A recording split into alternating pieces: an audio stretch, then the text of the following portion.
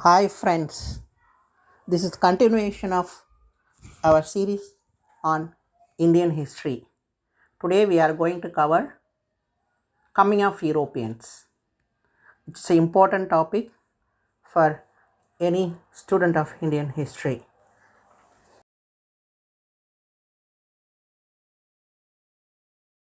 Europeans came to India at the end of 15th century. 1453, that is 1453, is a year is important in the world history. Ottoman Turk captured Constantinople, a city connect India with West. Not only India, it's East and West. We've been connected by the land through Constantinople. Constantinople fell in the hands of Ottoman Turk, who controlled the entire merchant, that is the trade between East and West. The spices of India was very famous in Europe, which was also important for them. The reason was that the spices were used to preserve the meat. Meat was the important food item in Europe. During a winter, there was scarcity of meat in Europe. In order to preserve the meat, they need pepper and other spices like cardamom, clove, etc. So India was the major producer of spices. Thus, the trade was very important. At those time, Arabs were controlling the completely spices trade from India and Europe.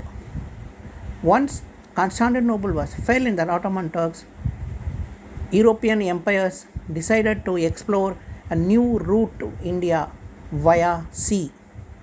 Thus, the empires like Portuguese and Spanish empires sponsored many voyages to India.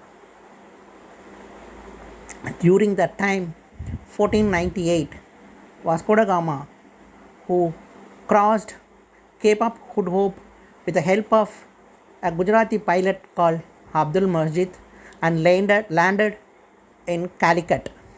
Calicut, at present it's called Kozhikode in Kerala state, which is situated in western coast of India. Vasco da Gama, when he returned to his country, he almost gained around 64 times of his voyage. He also came to India second time in the beginning of 16th century. Thereafter, Portuguese were controlling the entire trade. Hence, the Portuguese government appointed Francis de Almeida as a governor of India to control the entire trade. Almeida consolidated his position in Calicut and some of the West Bank, like place like Mangalore. In 1510, Portuguese Empire appointed another person called Alfonso de Albuquerque, who captured Goa from Bijapur ruler. Then he also consolidated his position in the West Bank from Calicut to Goa. Like they were controlling the entire spices trade from India to Europe. In this time, other European powers also decided to venture into the spices trade with India. Like almost 100 years after Dutch East Indies Company were formed, the Dutch are from Netherlands. They reached in 1602 to Surat, who established their trading post there. During this time, Emperor Jahangir was ruling at Delhi. He was a Mughal ruler. The Mughals, who were their formidable force in the land, their army commanded entire subcontinent, that is during modern days of from Transoxiana to present day Tamil Nadu, that is place called Senji. This was the boundary during Aurangzeb. So entire subcontinent was under control of Mughal army. In the west, from Gujarat to east, Chittagong. In the south, they are Tamil Nadu, half of that is Senji. In the north, they were controlling Trans-Oxiana. But Mughal rulers were lacking naval power. Though Akbar developed few fleets, these naval fleets were used in the river Ganges. But Mughal were lacking navy power in the ocean. Thus, the European powers easily to come to India and they started their trade. At the same time, they were also established their power, political power. When Dutch reached Surat, they were establishing their all trading posts like Bharuch, Agra, Patna. In Tamil Nadu, Dutch established in Nagapattinam. After the Dutch, the power came to India, it's English. In 1600, in the month of December, few private merchants came together in London, formed English East Indian Company.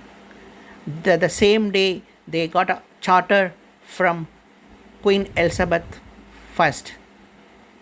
The exclusive right to trade with East was given to English East Indian Company. Then the company started to move towards east. In 1608, Captain Hawkins reached Surat in West Bank of India. Captain Hawkins met Mr. Emperor Jahangir and obtained a permission to have a trade in the Indian West Coast. Later on, they lost some of the thing with Dutch East India Company. In 1615, Thomas Roe, who reached Surat, then he met Emperor Jahangir. He obtained various privileges for the English East Indian Company. English East India Company slowly were establishing different trading posts in west as well as in the east. In the east, they established first trading post at Masulipattanam. It's situated in present day of Andhra. There were a major power struggle between Dutch East Indies Company and English East Indies Company. There was after the struggle, this Dutch East Indies Company and English East Indian Company had a agreement, or it's a pact. That is English, gave up their trading posts at Indonesia. At the same time, Dutch East Indian companies gave up the trading posts in India. So thereafter, Dutch East Indian companies focused more on Indonesia than they were colonized entire Indonesia. At the same time, English East Indian Company expanded their territorial activities as well as trade activities in India.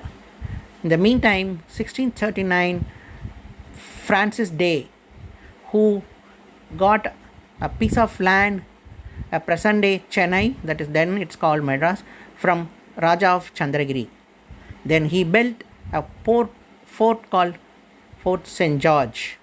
Then they established, it's a factory. Those days, factory means it's a storage place. It's not a manufacturing place. All the goods who purchased in India were stored there in the factory, then been exported. So that's the way St. George Fort was built. Then it's used as a factory. There also they developed a settlement in and around St. George Fort. Later days, this is the place called Madras. We'll be discussing the power struggle during the trade between various European powers in next video. The next country who invaded or in India, it's France. In 1668, French East Indian Company landed in Pondicherry, that is east coast of India. They also established a different trading post at Chandranagar, present day West Bengal. French also slowly expanded their trading posts like Mahe and West Bank, in the east Enam and Karaikal. But later on, the struggle between French and English restricted the French to Pondicherry and few pockets of west and east coast of India. In the meantime, in 1618, that is 1618, Danish people from Denmark reached a place called Tranquebar, situated in present day Tamil Nadu, east coast. Danish could not succeed like other European traders like Portuguese or Dutch or French. Portuguese also established some of the trading posts in the east coast of Tamil Nadu, like present day Palaverkadu, it's called Pulikat. They also had a small harbor named after Jesus Christ's disciple called Saint Thomas. So it's called now Santom. Thus, European powers came to subcontinent in search of spices and established trading posts, and inevitably they landed capturing the political power of India. Thus the way Indian subcontinent was colonized.